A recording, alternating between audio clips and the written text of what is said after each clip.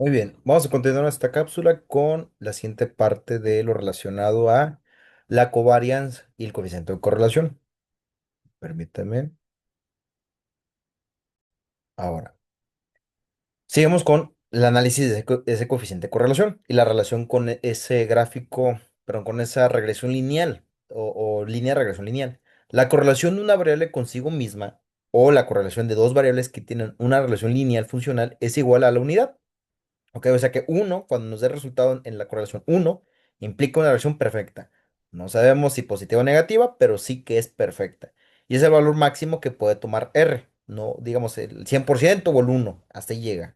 Si dos variables tienen una relación lineal inversa funcional, es decir, que tienen un comportamiento de los datos hacia abajo, eh, el coeficiente de correlación va a tomar el valor de -1, de tal manera que el, digamos, B, que es ese valor que representa al coeficiente de correlación, tiene que ser negativo. Perdón, ese valor B, que nos expresa cómo se comporta la gráfica, tiene que ser negativo.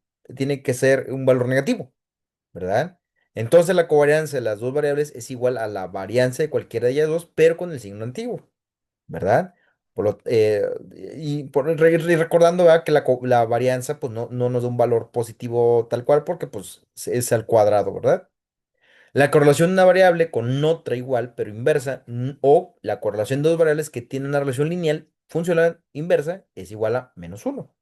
Y es el valor máximo negativo que puede tomar R. Si entre dos variables hay una relación lineal dispersa, con una ecuación del tipo x igual y igual a más b, o sea, una gráfica lineal normal para expresar la relación, de tal manera que y b también son próximas a cero, ¿verdad? Hablando de cómo identificamos una relación dispersa, que en este caso tendría que dar el resultado en el coeficiente de correlación de cero. Así que es una relación estrecha, perfecta entre variables, nos da un resultado, o más dicho, podemos detectarlo a través de un coeficiente de correlación positivo. Una relación perfecta, muy pegada una con otra, entre variables con ese comportamiento, está expresado o nos lo hace evidente un coeficiente de correlación negativo, ¿verdad? Y cuando el coeficiente de relación es cero, no hay una relación en apariencia entre variables. Entonces, el coeficiente de correlación toma valores de un rango entre -1 y +1, ambos inclusive. En el caso del gráfico 28A, que R es igual a 1, la dispersión de los casos respecto a la recta imaginaria o regresión es nula, pero la relación es directa, hablando de que no, los gráficos están perfectamente alineados. En el caso del gráfico que está expresado con el coeficiente de correlación -1, la dispersión de los casos respecto de la recta imaginaria o de la regresión es nula, pero la regresión es inversa. Igual, hablando de que los datos están perfectamente alineados. Y que para la regresión dispersa se puede considerar lineal, aunque en este caso esta consideración es trivial o convencional. No tiene trascendencia. La concentración de los casos respecto a la recta imaginaria supone dispersión de los casos respecto a las medias. Y repasando los puntos vistos en el anterior, cuando mayor es la distancia entre los casos y las medias, mayor es la covarianza y supone una menor dispersión respecto a la recta de regresión. Al estandarizar la covarianza y transformarla en el coeficiente R, se supone limita los valores que pueden tomar. El coeficiente de correlación R, a su vez, o R, puede transformar en una variable de tipo T con distribución de densidad de probabilidad conocida y sus valores se pueden interpretar en términos de probabilidad. La interpretación del valor R es, ¿verdad? Y aquí viene, ¿verdad? ¿Qué expresa tener un valor R? Si es, recordemos que va de +1 -1. Cuando es uno nos dice una asociación alta, inclusive podemos decir perfectamente lineal de variables, ¿verdad? Y eso no es bueno, no es tan bueno tener una relación perfecta entre variables. Más que nada porque podría ocasionar que estamos, digamos, corriendo una regresión, o perdón, hacia un análisis en la que las variables están muy estrechamente ligadas. Un ejemplo, un poquito burdo. Si yo, por ejemplo, estoy haciendo un análisis y quiero ver el efecto que tiene el ingreso con respecto a una beca escolar o de gobierno, están perfectamente alineadas. ¿Por qué? Porque la beca pertenece al ingreso, no sé, de la familia. Obviamente, las personas que tienen una beca, es muy probable que tengan un mayor ingreso. Están perfectamente alineadas ambas cosas. O por ejemplo, este, si por ejemplo hiciera un análisis de el ingreso con respecto al tiempo extra que se paga doble en una maquiladora, por ejemplo, pues van a estar estrechamente ligadas. Es más, ambas van a estar asociadas perfectamente. De nada va a tener, no, no tendría una manera de poder, más dicho, de ver el efecto que tiene una sobre otra porque están muy ligadas una con otra.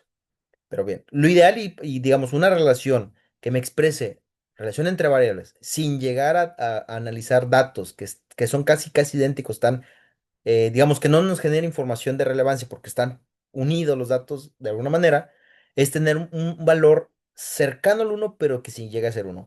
De manera empírica, se sabe que una regresión o un análisis de variables que tenga un coeficiente de correlación, ya sea positivo o negativo, pero de 0,85 para arriba y sin ser uno, siendo 95 el tope, digamos, y máximo 98, es una relación que nos expresa una relación, es una relación que nos expresa una relación significativa, ¿verdad?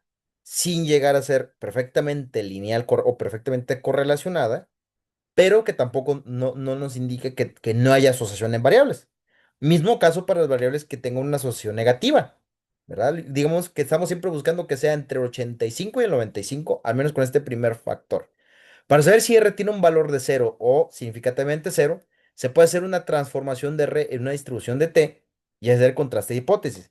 Esta transformación prácticamente se puede hacer primero con un análisis estadístico en un software. Hay tablas para hacer un análisis de esto. Si es significativamente distinto de cero, entonces puede ser que tenga una asociación baja, media o alta. Bien positiva, asociación lineal directa o negativa. Quien nos va a decir si es negativa o positiva va a ser la covarianza. La interpretación de una asociación baja, media o alta depende de la experiencia del investigador con el estadístico, pero información a mano y el conocimiento de la materia en estudio. Y ahora que otros estadísticos, el coeficiente de contingencia, B de Kramer, Phil, Lambda u otros que nos permiten analizar si la correlación es o no significativa, la interpretación de R está sujeta también a las variables que estamos correlacionando. Por ejemplo, un coeficiente de correlación para un estudio de área de salud, pues a lo mejor 95 no es lo ideal. A lo mejor 99, hablando de un estudio de laboratorio o epidemiológico, pues va a ser lo ideal. Un estudio social, pues va a tener mayor flexibilidad, ¿verdad? En el sentido que a lo mejor se aceptan estudios o resultados de entre 95 y 90. Si la relación de las variables es funcional, la correlación debe ser muy alta y pequeñas variaciones pueden indicar la ocurrencia de algún evento ajeno al proceso. Pero en el caso de las variables sociales, correlaciones moderadas pueden ser indicativos de que algo pasa. Por ejemplo, aquí viene, ¿verdad? Una asociación media, ¿verdad? Un resultado de 0,8 en la correlación, 85, ¿verdad? ¿Por qué? Porque en esta clase de estudios hay demasiados factores o variables que pueden tener un efecto sobre nuestra variable de interés, nuestra variable dependiente, ¿verdad? Bueno, ahí viene el solo estadístico. Algo pasa. Por ejemplo, en el supuesto de que dos variables como el salario y el sexo tengan una correlación significativa, lo que se considera baja, esta está indicando que entre el salario y el sexo hay alguna relación, cuando no debería existir relación, salvo que haya otras variables que intervengan. Y la manera de saber es volver a hacer este ejercicio con otra variable y ver cuál es el coeficiente de correlación al final del camino. O si hacemos un análisis más a profundidad, también se pueden hacer análisis de correlación de manera multivarial, ¿verdad? Pero ya no es un coeficiente de correlación para variables o para análisis bivarial. Ahí se meten otros sistemas para poder hacer un análisis, un cálculo de coeficiente de correlación general, ¿verdad? Bien, y este coeficiente de correlación para transformar en un valor t y después, con base en una tabla, ver el cumplimiento de esto, pasa por un proceso de dividirlo entre la raíz de uno entre n-1, ¿verdad? Y después, con base en un tabulador, dependiendo del número de datos, si es un análisis de menos de 30 datos o un análisis con pocas variables, con pocos registros, se hace un análisis o se hace una comparativa de ese dato con algo denominado t-de-student, que es un dato de una tabla para ver si es mayor o menor a ese valor. Y eso es lo que llamamos una prueba de hipótesis. Si el dato obtenido es menor al valor de t-de-student, decimos que y sujeto a un nivel de confianza también, que también nos lo va a dar el gráfico t-de-student, que fue algo similar a lo que vimos cuando estábamos analizando las colas, lo que le decía de a un 95% de confianza nos da un valor de nivel de confianza de 1.96, a eso se refiere con el valor t de student y distribución de t de student. Y esto no lo va a dar en relación a el valor obtenido del valor R entre esto.